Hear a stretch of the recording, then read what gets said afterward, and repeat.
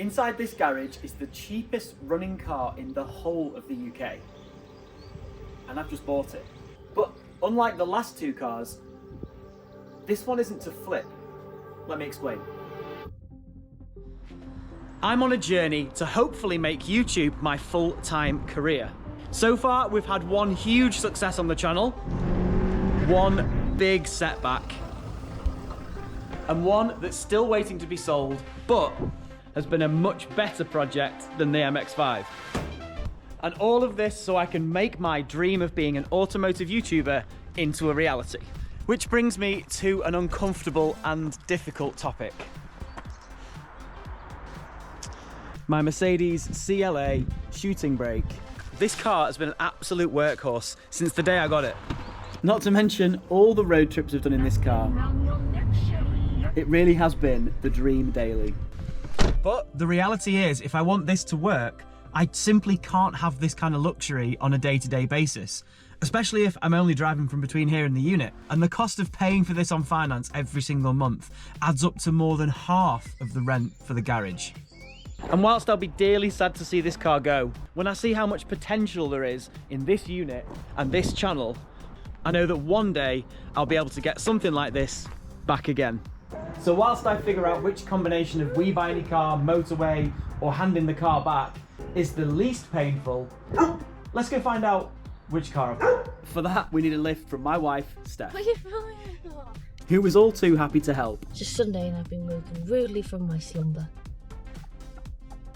It's literally 12:10. But I'm very grateful for the lift. And we've arrived. There it is.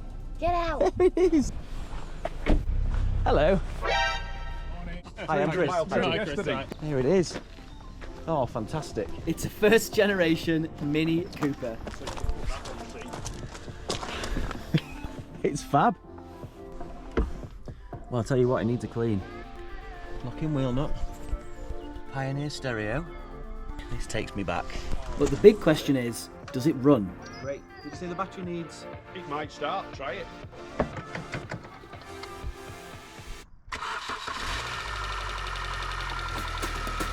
It starts. Look at that. They're worth quid alone. The story is, this car was just going to be scrapped, and he'd rather it stay on the road. Great. Oh man, do you remember this? When you used to pop your, where is it in the corner? Pop your stereo out and hide it in the glove box so people didn't pinch it. So the car runs and it sounds great, but obviously there are a couple of things wrong with this car to make it as cheap as it was, and we'll get onto the price in just a minute. Number one is obviously it needs a massive deep clean. Number two is the seller says there's an ABS warning light on that he hasn't been able to diagnose, and number three is that there's coolant leaking from somewhere but not into the oil because that looked fine. Are you happy? I'll take it. So let's get it back to the unit and I'll tell you exactly how much I paid for this little beauty. Stop! Which brings us back to today. And here it is in all of its glory. £150 worth. Yep, you heard me right. 150 quid, which I think is an absolute bargain. But I want to know what you think too. Let me know in the comments whether you think this is a bargain or I'm just opening up another can of worms. So what's the plan? My plan is get this car up to scratch for an MOT, pass the MOT, and do it all in time for before my next car payment.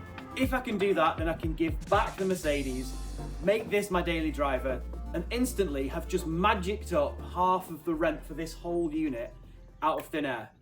But before we see if this car starts for the first time, I cannot believe I'm saying this, but this video has been sponsored. Yeah, it's been sponsored. This video has been sponsored by Vehicle Score. Take it from me, it's absolutely essential that before you buy a car, you know its history, and you've got a strong idea of what it might be hiding. Now, had I have checked the Mazda on Vehicle Score, it would have shown me this. And I would have seen all of these warnings, including MOT failures, potential mileage rollback, and a frankly appalling score of 279. Knowing this information beforehand would have saved me a lot of money. Precisely this much. But on the other side, I wouldn't have had this story to tell, so you wouldn't have this content. So I guess things work themselves out in their own way, but because I've now made that mistake, it means that you won't do in the future. So before I bought the Mini, I checked it out first, and everything looks great. I think this is a gem of a find, and Vehicle Score confirmed it. It shows the car has no outstanding finance, never been written off or stolen, it's had 7 previous owners, and the bit I love the most is the little summary section at the bottom that kind of puts it all into plain English for you.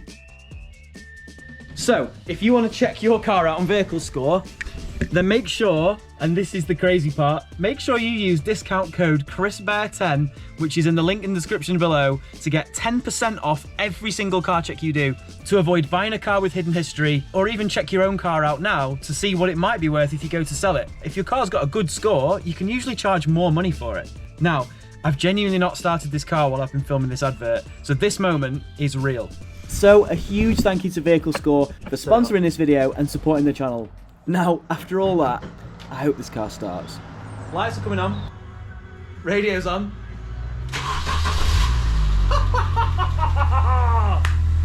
On the button. Here we go. We've got the ABS light on. As you can see, none of the displays actually work. This one's got that kind of like snowflaking thing going on. This car is disgusting. I'm gonna take it into the yard, give it a wash, clean the inside of it, and see how it comes up. Let's do it. We're just getting started, it's a part of the game. Building anticipation, getting close to the end. It's all over me. Do I wanna be you? Is it only a dream?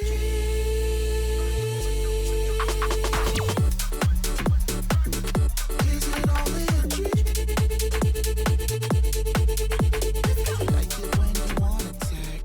Over, make me mad. With the car looking much better, it's time to get it into the main part of the unit so I can do the inside and also install a quick upgrade that'll make this car much more appealing to my better half Steph. How much better does that look? It looks like a new car. All right, fine, not a new car, but it looks like a new car. Oh, no, I'm not gonna get inside actually. And at this point, I've got to give a big shout out to Miles, who made all this deal happen. He's the middleman between all of it, and he was just happy to help. So, cheers, Miles. Right, let's get on to the interior of this car. And we all know what that means. It's all over me. These reflections of you. Who you want me to be? Do I wanna be too? Now it's all over me. These reflections of you. Who you want me to be? Do I wanna be too? Is it only a dream? Is it only a dream? Is it only a dream?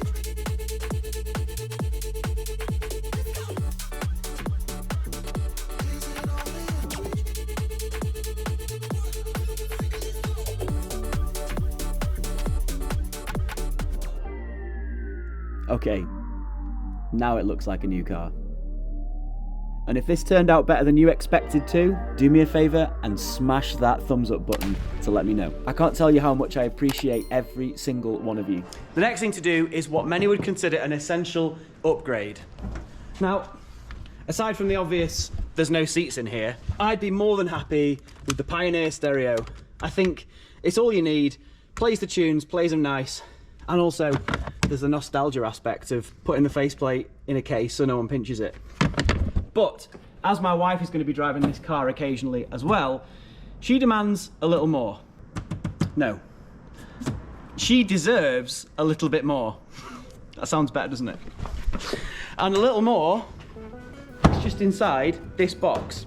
This is the P10 Pro that's been sent to me by ATOTO. This isn't a sponsored segment. They kindly sent it to me to get my feedback on how it works and their big selling point, which is that it's super easy to set up. There's tons of features which I'll get onto, and there'll be a link in the description to their Kickstarter. But for now, let's see if it's as easy to set up as they claim it is. Right, as they claim this is super easy to install, I've decided to put that to the test. We need two things, the box and an assistant. And I've got the assistant right here. Yeah, look at that. That's magic. So this is my cousin Charlotte. She's going to be helping me install this. In fact, I think you can pretty much install it yourself. It says it's super easy. So let's put that to the test. Let's go.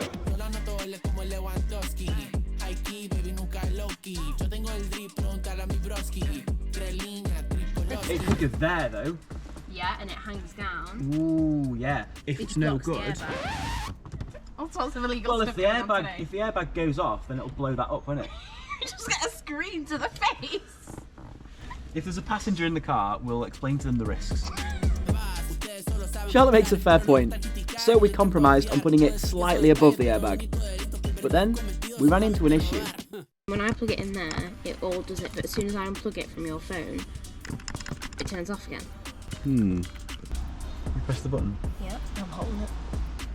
Press it once. Let's try it on the Fiat. Okay. If it works on the Fiat, then we know that it's a You might want to re-record that. problem with the electric seat.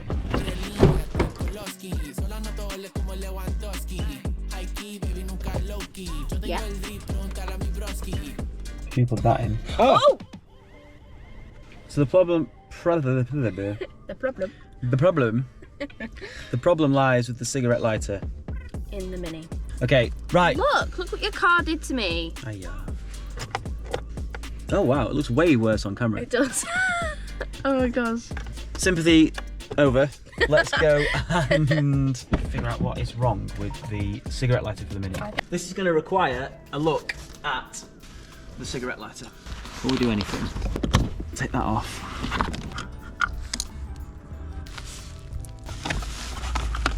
Looks like there's no loose connections, and the surround light comes on with the rest of the dash. Oh. Okay, that light's up now. Yep. So there's only two things it can be: a fuse, No, that should do it. or the actual unit itself. We need to fetch the multimeter. Do you reckon you could do the same on the other side? Down and out from that side, that's it. That's brilliant. Which leaves us with these cables. And it looks like it's getting power just fine, but curiously not 12 volts. Okay, the cause of the problem is this lighter. The contacts are really bad at the bottom, they've gone really rusty. I've just found one on eBay for really cheap, so I'm going to order the new one. So it looks like we're stuck whilst we wait for the cigarette lighter. Don't know if you can see that, but it's pretty corroded in there. In the meantime, while we wait for that, I'm going to plug it in and find out what those fault codes are on the dashboard. But that's going to have to wait till the next video. So if you've enjoyed this video, make sure you click subscribe, like the video, do all that good stuff, and I'll see you in the next video. Peace.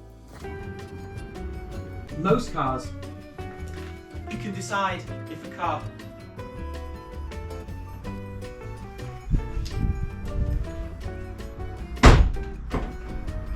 absolutely essential that before is that it checks on the only real way you can know